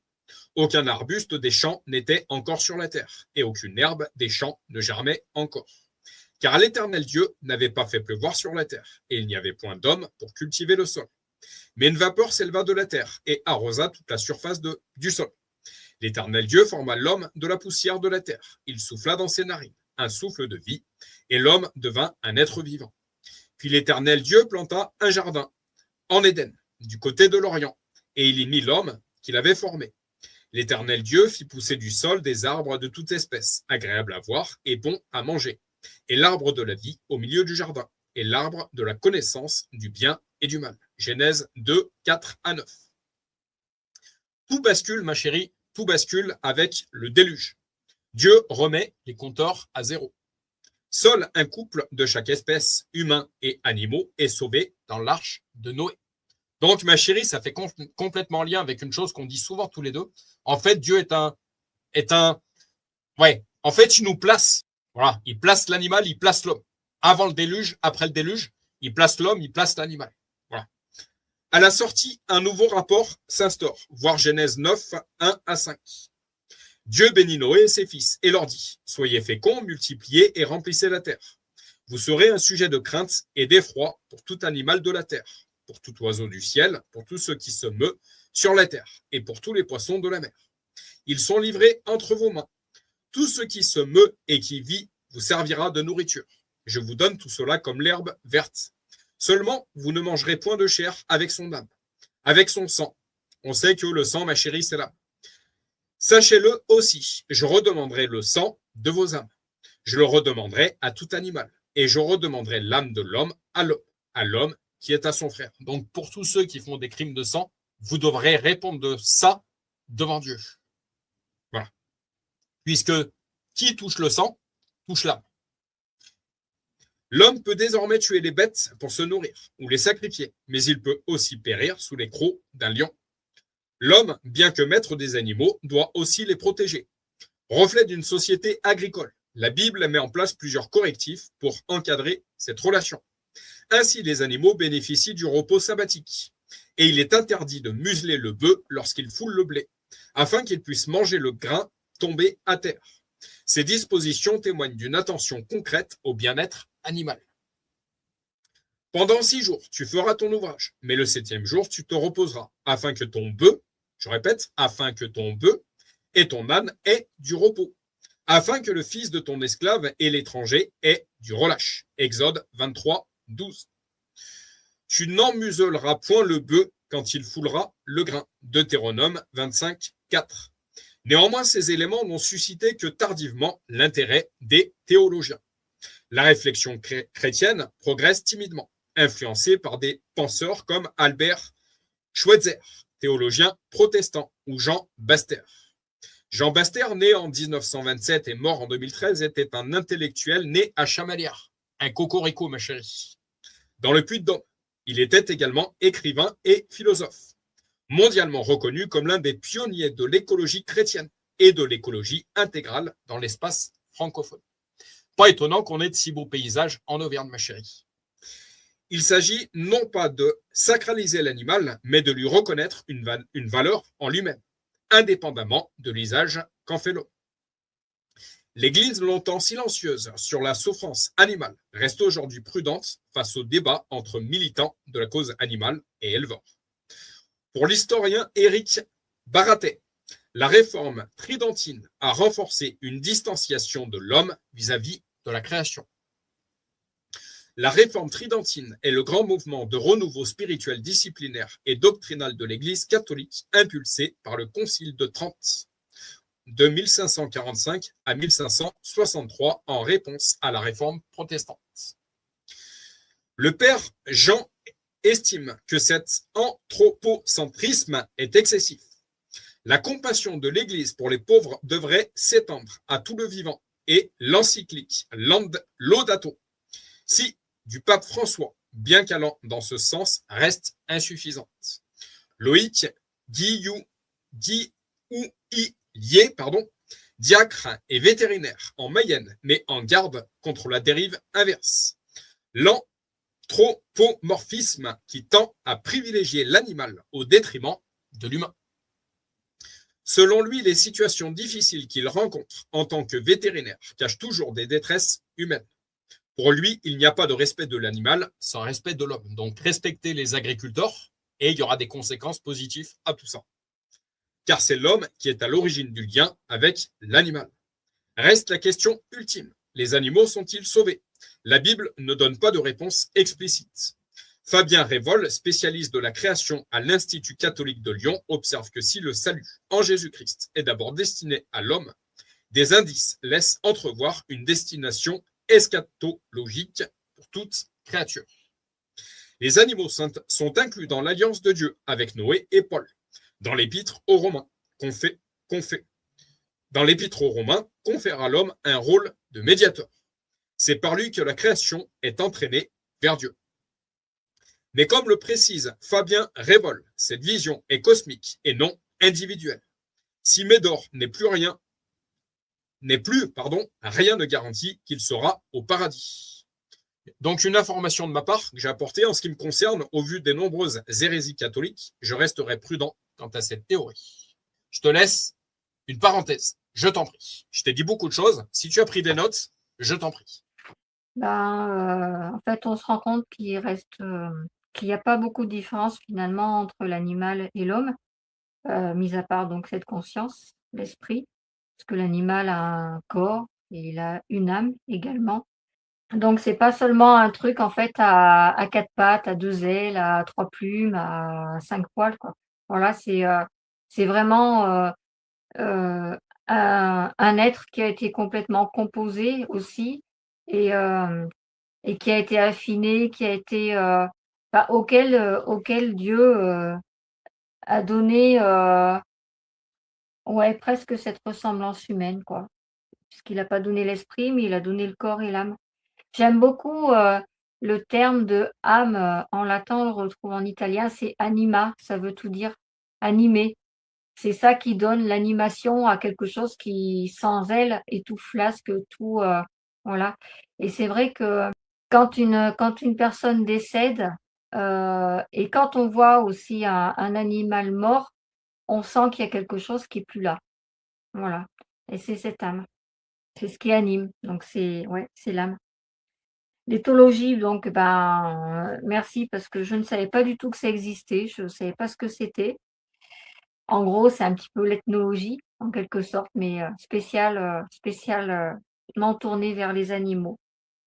Ensuite, bon, tu m'as fait rigoler à un moment donné, tu m'as dit que en fait, les hommes sont comme les animaux, ils pensent qu'au sexe et au fric. Je suis désolée, un animal, ça pense pas au fric, je pense pas, loin de là. C'est bien, une chose propre à l'homme, voilà et d'ailleurs l'homme Une, n'est pas une petite pardon? parenthèse, une petite parenthèse, par contre, ça pense au sexe. Quand je suis arrivé ce soir dans le troupeau, j'avais le taureau qui était bien sur le dos d'une vache. Donc, Mais ça pense pas au fric, voilà. Bon, après d'ailleurs, c'est pas le tic qui détermine le fait si l'homme est un mammifère, hein. On connaît la définition du mammifère. Donc on s'aperçoit en fait que, l'animal est doté de différents sens, tout comme nous, le toucher, l'odorat, la vue, mais qui sont beaucoup plus affinés là aussi que le potentiel que enfin nous on a un fort potentiel, mais on sait que le cerveau ouais le potentiel du cerveau est je crois est utilisé à 5 ou à 10%, à 15%, enfin vraiment, voilà un tout petit potentiel et je pense que c'est la même chose également pour nos sens aussi et voilà, donc là, on trouve encore une correspondance entre l'animal et l'homme, c'est que l'animal est doté de sens. je dirais qu'aujourd'hui, beaucoup d'êtres humains ont oublié d'utiliser leur cerveau également. Et ouais. La hiérarchie dans les troupeaux, alors ça, c'est pas du tout un une chose que j'apprends là, parce que, on se rend compte que dans n'importe quel troupeau, il y a un ordre, hiérarchique. On regarde une meute de loups. Même les fourmis, il y a une hiérarchie parce qu'il y a une dame. Même les abeilles, il y a une hiérarchie. Voilà. Donc, ça veut dire qu'au final, quelque part, enfin moi je le vois comme ça, c'est quelque part que le fondement de la société oui, le fondement de la société, enfin la hiérarchie, je vais plutôt le dire comme ça, la hiérarchie fait le fondement de la société. Et en fait, Dieu à la création a beaucoup hiérarchisé les choses et d'ailleurs dans la Genèse, c'est bien marqué que quand il a créé, c'est bien écrit que quand il a créé, le jardin, les plantes, et tout ça, ensuite il a créé l'homme pour, veiller sur tout ça. Non pas pour exploiter, c'est pas du tout ce qui est marqué dans la Bible, mais pour veiller, pour être gardien, pour garder. Voilà. C'est comme si en fait, Dieu avait, remis un trésor à l'homme et c'est l'homme qui doit veiller à, bah, à la création de Dieu, quoi. Voilà.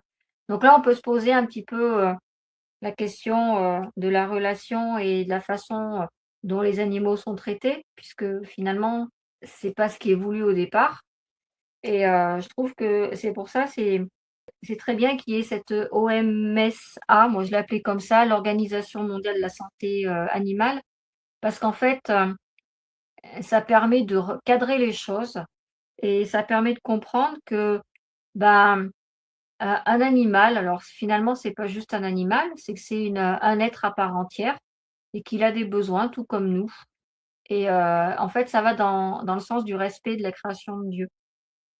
Voilà, donc c'est très bien qu'il y ait des organisations comme ça enfin qu'il y ait des personnes qui créent des choses comme ça, qui viennent un petit peu plus sensibles à la relation, qu'on peut avoir avec l'animal et voilà, voilà les choses sur lesquelles, voilà, j'ai rebondi, enfin, j'ai noté des choses, voilà, ce qui m'a un petit peu, voilà, ce qui m'a marqué dans ce que tu as dit. Après, on le sent bien, ne serait-ce déjà que dans les symboles qu'il y a dans la Bible, par exemple. L'animal a sa place parce qu'en fait, c'est souvent que ça symbolise quelque chose. On prend le symbole, par exemple, de la colombe. À contrario, on prend le symbole du serpent. Donc en fait, ils ont toute la place finalement dans la relation également de l'homme avec Dieu.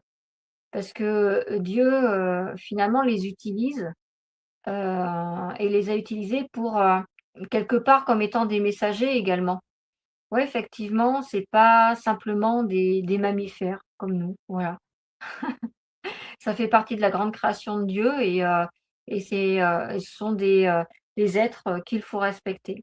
Voilà, mais ouais, je connaissais pas l'éthologie donc ouais, ben, c'est chouette, c'est bien qu'il y ait des personnes, comme ça qui étudient, un petit peu, enfin qui étudient pas un petit peu, mais qui étudient, beaucoup tout ce qui nous environne finalement. L'homme n'est pas le nombril du monde, il y a tellement de choses, à côté aussi, à comprendre. À comprendre et je trouve que finalement, les élans qu'il y a, depuis quelques années avec tout ce qui est défense, animale, bien-être animal, bah, finalement c'est important et il le fallait bien, voilà.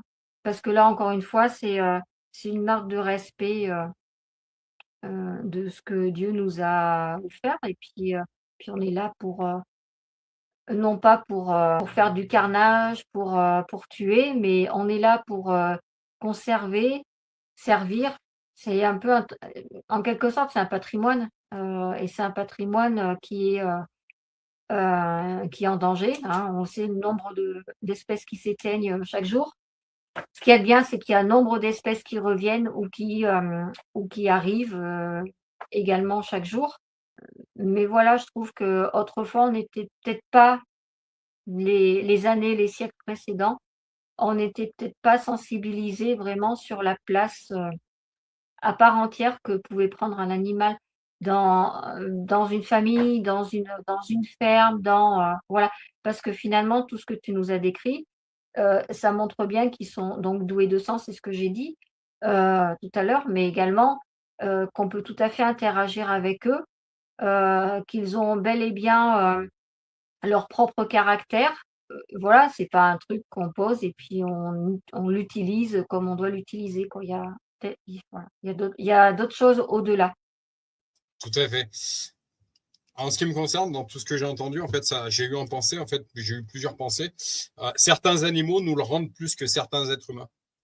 Avant, j'étais quelqu'un, et tu le sais, je comprenais pas, en fait, l'attachement que pouvaient avoir certaines personnes par rapport à certains animaux. Je te parlerai de mon associé, ma chérie. Je comprenais pas avant. Et aujourd'hui, bah, beaucoup plus, en fait. Certains êtres humains, ce que je vais dire, c'est qu'ils sont complètement ingrats. Et là où l'être humain va rien nous donner, un animal va complètement nous le donner, en fait. Qu'est-ce que j'aime, ma chérie, aller au contact de mes vaches. Qu'est-ce que j'aime ça aujourd'hui? En fait, on se rend compte une chose, c'est que l'être humain a l'esprit qui peut être complètement manipulé, manipulable, qu'il peut être complètement pervers. Voilà, et en fait, un animal, c'est pas du tout le cas. Il se laisse pas, peut-être justement parce que il n'a pas d'esprit. Il a juste un corps et une âme. Donc quelque part, il restera toujours tel qu'il est, c'est tout.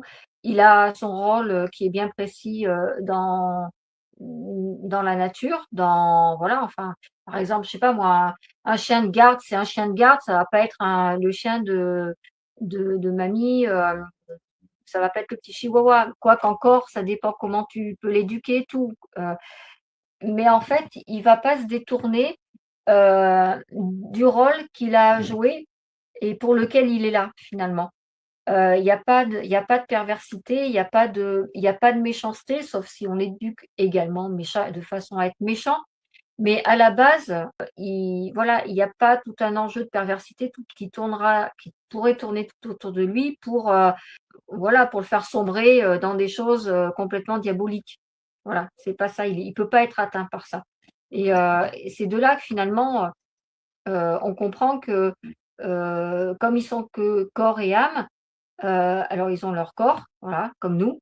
Ils ont leur âme, c'est ce qui les anime et ce qui peut les animer, c'est que pourquoi en fait ils ont été créés, tout simplement. Il y a pas ces arrière-pensées de vouloir faire le mal, il y a pas de calcul finalement. C'est un petit peu comme un bébé quand il vient au monde, tout est inné, tout est naturel. Il y a pas Voilà, il y a pas cette perversité qui vient, le nourrir, au fil de sa vie. Voilà, il est complètement, dénué de tout ça. Tout à fait. La deuxième chose que j'ai notée, c'est ces témoignages en fait de chiens et chats qui vont sur la tombe dans les cimetières de leurs défunts êtres humains en fait. Ça montre bien l'attachement en fait de l'animal et de l'être humain. Et on Euh, a des ex Ouais, Tu voulais dire?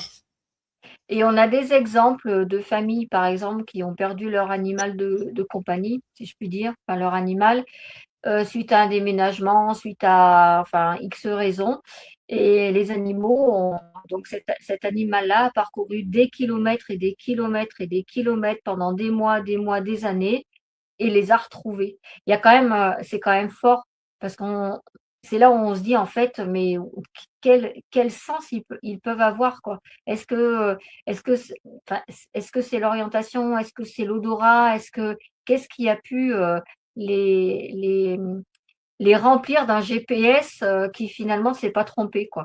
Voilà et c'est là où finalement on se rend compte que, ben, l'attachement, à son humain, je vais dire ça comme ça, beh, il est très fort parce que, qui serait capable, à petites pattes de parcourir des milliers de kilomètres pour retrouver, sa propre famille?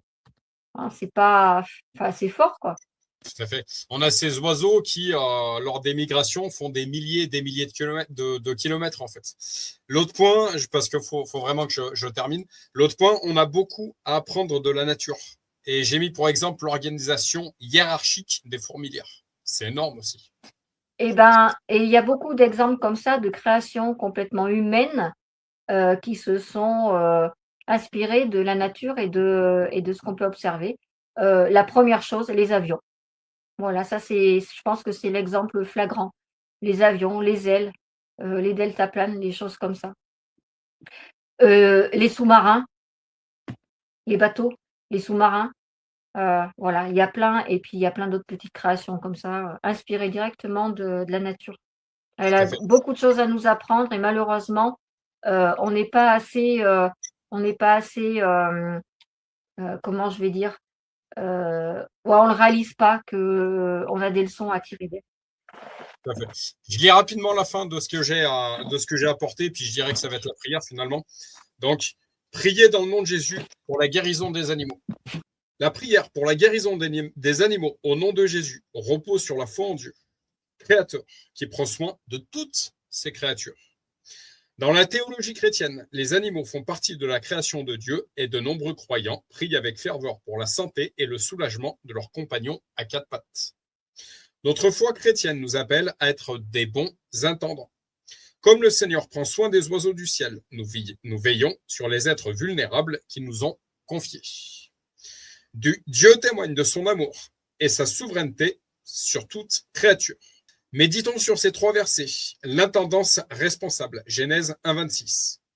Puis Dieu dit, faisons l'homme à notre image, selon notre ressemblance, et qu'il domine sur les poissons de la mer, sur les oiseaux du ciel, sur le bétail, sur toute la terre, et sur tous les reptiles qui rampent sur la terre.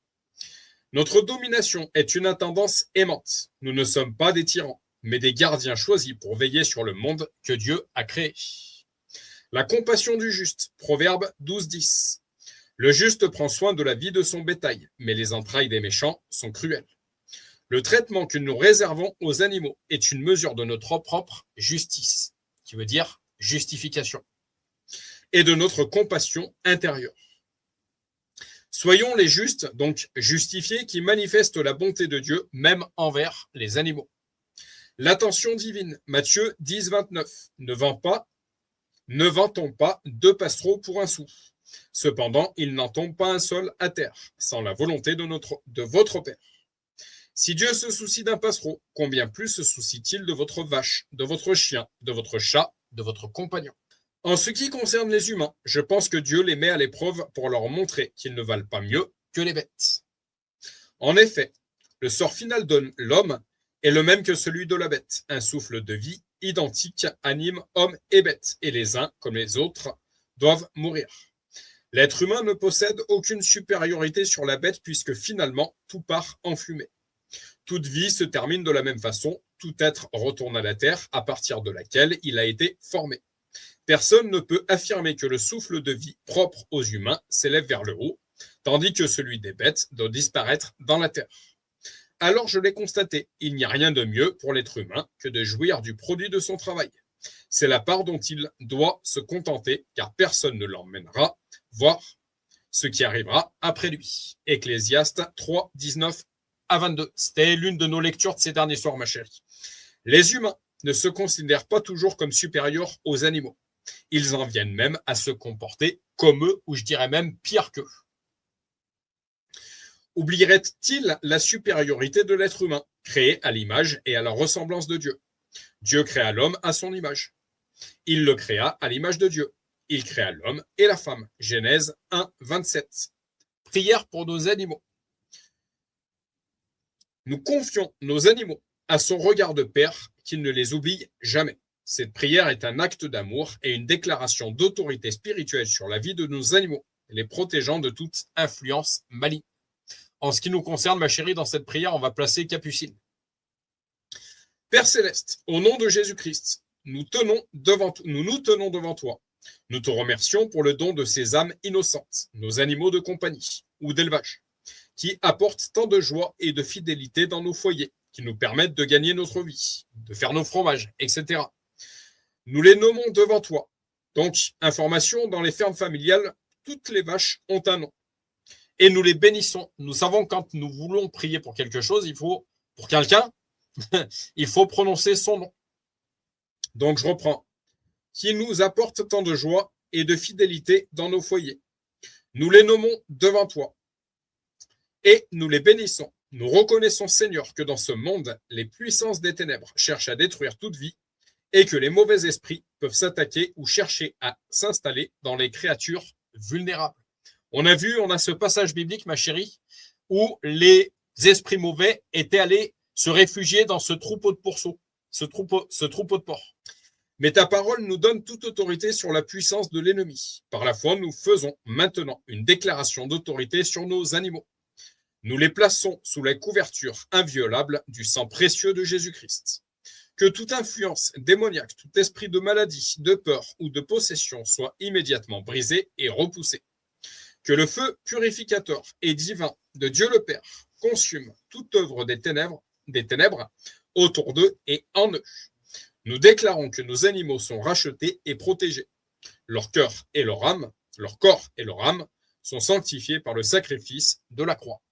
Amen. Amen.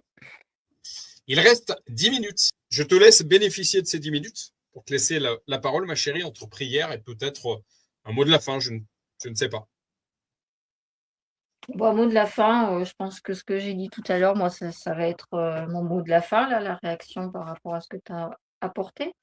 Voilà, tout simplement. C'est que, ouais, et chaque fois c'est souvent que et je trouve que c'est regrettable, en fait. C'est souvent qu'on dit, qu'il y a des hommes qui se comportent comme des animaux, voire pire que des animaux. Moi, je dirais plutôt que, enfin, le comportement de l'animal, il peut pas être aussi pire que, enfin, on peut pas faire la relation, en fait, entre les 2 parce que, dès l'instant qu'un animal, on sait qu'il a pas d'esprit, qu'il est que corps et âme, il peut pas être, au niveau de la perversité de l'homme et au niveau du mal que l'homme peut avoir, quoi. Voilà, c'est Et pas possible. Donc on peut pas les comparer. et beaucoup, et beaucoup d'hommes manquent d'esprit, justement, par incrédulité. Voilà. Oui, enfin, Large est le d'esprit, chemin qui mène à la perdition, nombreux sont ceux qui le prennent, comme nous dit la parole. Donc large, donc nombreux sont ceux qui n'ont pas d'esprit. Enfin, ils ont un esprit, mais qui n'est pas reconnecté avec le ouais, Saint-Esprit. voilà. Voilà. Et j'allais dire, faut pas dire qu'ils en ont pas, ils en ont bien, mais voilà. Il y a aussi souvent un petit dicton qui dit que, et ça c'est complètement vrai, qu'on peut juger aussi une société de comment elle est par rapport, au traitement qu'elle peut faire, aux animaux. Et ça, c'est complètement vrai. Heu, voilà, alors on parle de société, mais finalement on peut parler de l'homme, hein. Comment se comporte, l'homme avec son chien, avec son chat? Bah, tu peux te dire que, bah, s'il se comporte bien, bon, bah, bon, en général, il se comporte bien avec les autres, mais si il martyrise son animal, voilà, ben, c'est à juger que c'est pas un homme bien non plus, quoi. Voilà, donc c'est là, il y a une corrélation entre les 2. L'animal fait ce que tu fais de ton animal fait ce que tu es comme homme, quoi, en quelque sorte. Voilà. Ouais, waouh, je vais pas reprendre ce que j'ai dit tout à l'heure, hein, mais voilà, l'animal a sa place vraiment, entière et particulière dans notre vie, hein. Ils sont pleins d'amour, bah, oui, c'est sûr. Quand on voit, ce qu'ils peuvent faire par amour, quand on voit les relations, tu en parlais tout à l'heure, quand, une mamie, elle perd son chat, son chien ou, quand elle se retrouve tout seule avec lui, voilà, il se passe quand même quelque chose, quoi. C'est vrai qu'il y a une relation qui est là, qui naît.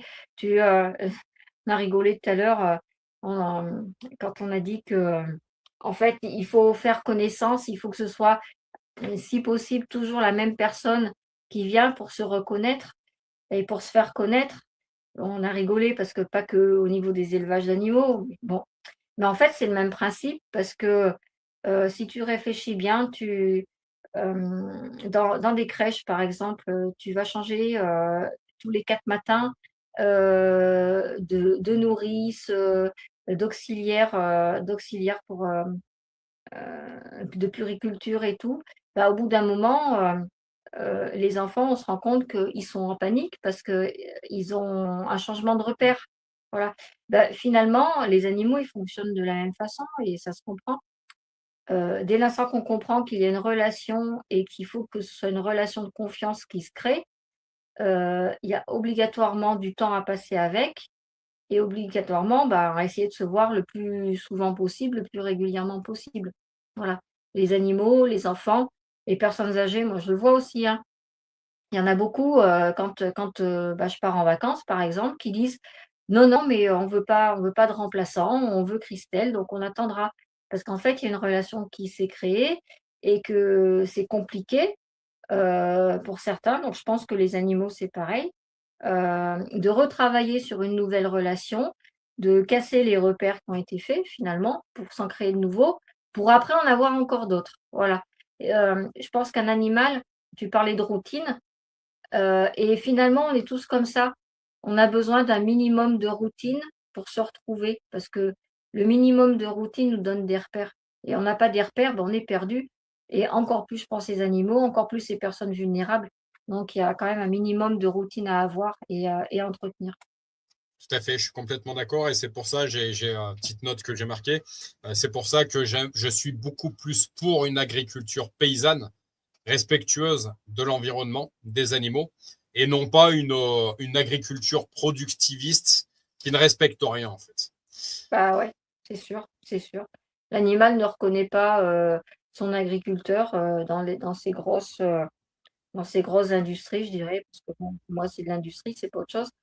Que dans la ferme, bah, déjà, il y a moins d'individus, donc il y a déjà plus de facilité au niveau des relations. Puis quoi qu'il en soit, la relation, bon, elle est visuelle aussi, mais le tactile aussi, ça compte, hein.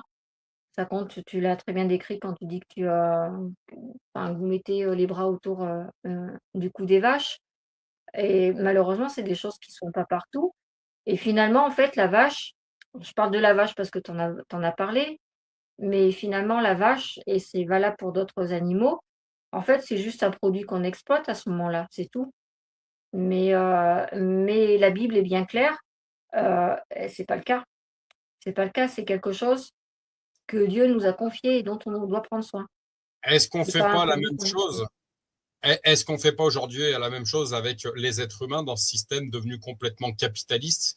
Est-ce que, est-ce que le salariat, je voudrais parler de salariat, de salarié, est-ce que, euh, voilà, on n'est pas dans un monde, dans un système qui exploite également les salariés? Je dis pas de partout, hein, parce que les deux existent. Hein. L'agriculture paysanne existe, l'agriculture productiviste existe, le salariat éthique existe, l'exploitation existe aussi. Oui, Voilà. mais l'exploitation, je pense qu'elle est là dès l'instant qu'il y a absolument, comme préoccupation, première la productivité et les capitaux. Là, c'est là, on peut dire: «Oui, il y a de l'exploitation». Après un salarié qui travaille dans un petit groupe, mais qui est bien traité, on tient compte de son bien-être. Parce qu'il faut pas dire, hein, il y a des entreprises et heureusement qui sont bienveillantes aussi. Voilà, ce sont les petites, les moyennes la plupart du temps. Pourquoi? Parce que, certes, il faut qu'elles vivent, quand même, il faut quand même faire rentrer du chiffre, ils ont pas encore cette perversion que donne l'argent à rentrer du chiffre, du chiffre, du chiffre, du chiffre, même si finalement, ça me fait penser à la lé aux lectures d'hier, même si finalement j'en profite pas, mais par contre on fait rentrer du chiffre, du chiffre, du chiffre et pour ça et bah, ceux qui sont derrière, ils en pâtissent. Voilà. Mais c'est sûr que de toute façon, dès l'instant que c'est productivité à outrance, c'est obligé qu'il y ait exploitation. Je pense que l'un ne va pas sans l'autre non plus. Tout à fait. Il te reste 3 minutes pour prier, ma chérie. Même pas trois, deux. Bah, Seigneur Jésus-Christ, merci pour ce rappel, concernant ta création, finalement et cette nouvelle connaissance, qu'on a eue de cette science, qui est l'éthologie. Je pense que beaucoup ne la connaissaient pas, tout du moins pas ceux qui travaillent dans le secteur animalier et encore, peut-être que même certains qui travaillent dans le secteur animalier ne la connaissaient pas. Mais comme quoi Seigneur, encore une fois, ta création est belle et chaque chose que tu as faite, tu l'as minutieusement étudiée, tu l'as minutieusement travaillée, heu, pour une bonne raison. Voilà, si des oiseaux ont des ailes, c'est qu'ils doivent avoir des ailes. Si des vaches ont des pieds, c'est parce que c'est pour faire du lait. Voilà, rien n'est anodin chez toi, finalement et on s'en rend bien compte, donc on peut que louer ta création.